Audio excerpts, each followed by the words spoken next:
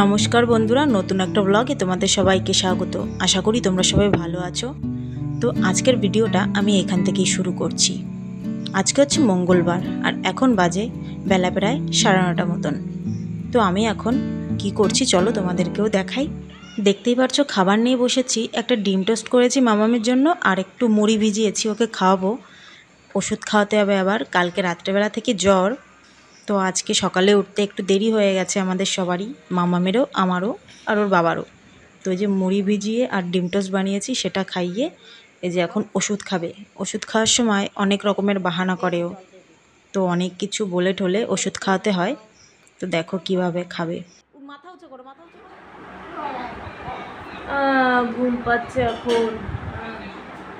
কোথায় কোথায়? ঘরে না, এখানে আসো বাবা। এগুলো খাচ্ছ না তুমি এখন? ডিম খাচ্ছ, মুড়ি খাচ্ছ, এগুলো নিয়ে খাটে গেলে তুমি বাজে স্বপ্ন দেখবে। চলে এসো বাইরে, চলে এসো, আসো।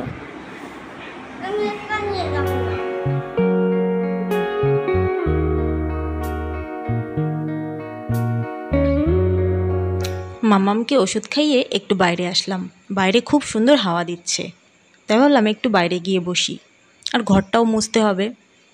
আর এখনও আমি খাইনি, আবার ঘর মুছে মামামকেও কটা ভাত খাওয়াতে হবে, কারণ ওকে শুধু মুড়ি খাইয়েছি সকালবেলা, তো পেটটা ওর ভরেনি।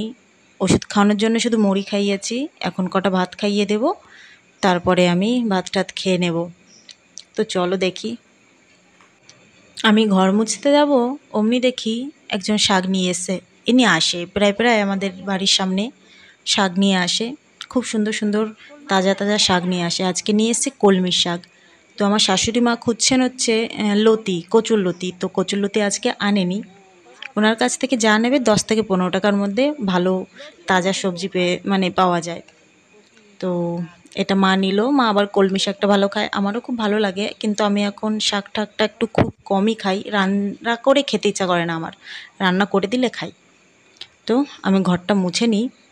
চলো তাহলে তোমরা ভিডিওটা দেখতে থাকো, কারণ ঘর দোর মুছে আবার মামামকে খাওয়াতে হবে, অনেক কাজ পড়ে আছে। মা সকালবেলা রান্না করেছে, তো দুপুরের রান্নাটা আমারই করতে হবে। সকালবেলা যেহেতু উঠতে দেরি হয়ে গেছে, তাই মাই করে ফেলেছে। তো আমি এখন ঘর দোরটা মুছে নিই। মামাম ঘরে বসে আছে, ওকে খাওয়াতে হবে। তো চলো তোমরা ভিডিওটা দেখতে থাকো।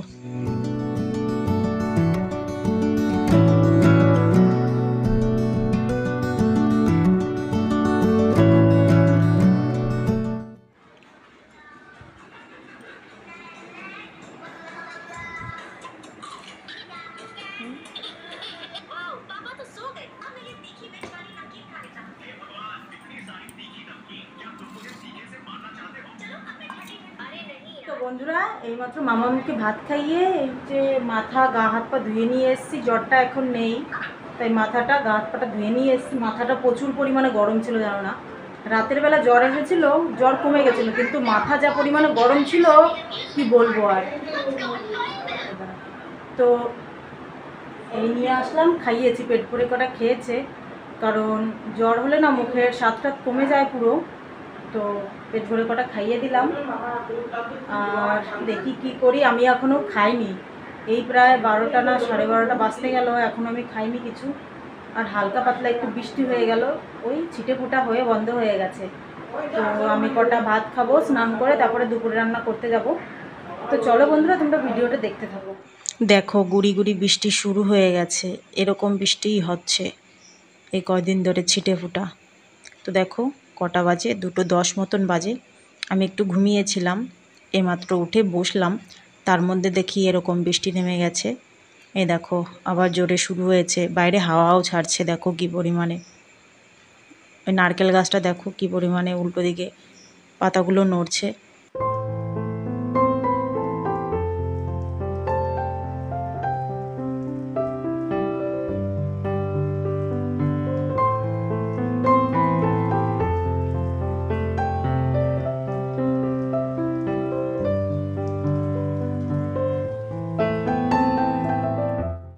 সন্ধ্যা হয়ে গেছে আর মামামের একটু জ্বর এসছে, তাই মাথায় জলপট্টি দিয়ে দিচ্ছি। তো এই জ্বরটা কবে কমবে জানি না, চারিদিকে না ডেঙ্গুতে ছড়িয়ে পড়েছে। তাই বাচ্চা কাচ্চার জ্বর হলে খুবই ভয় লাগে। এই বছরে বৃষ্টি বর্ষা বেশির জন্য আরও জল জমে গেছে চারিদিকে, ওই জন্য এই ডেঙ্গুর প্রকোপটা বেশি বাড়ছে। চারিদিকে শুনতে পাচ্ছি ডেঙ্গু ডেঙ্গু ডেঙ্গু।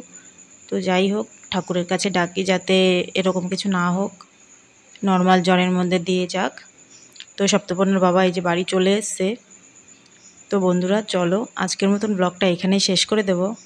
ব্লগটা যদি তোমাদের ভালো লেগে থাকে অবশ্যই কিন্তু একটা লাইক আর কমেন্ট করতে ভুলো না। সবাই কিন্তু সুস্থ থেকো, ভালো থেকো, দেখে শুনে থেকো।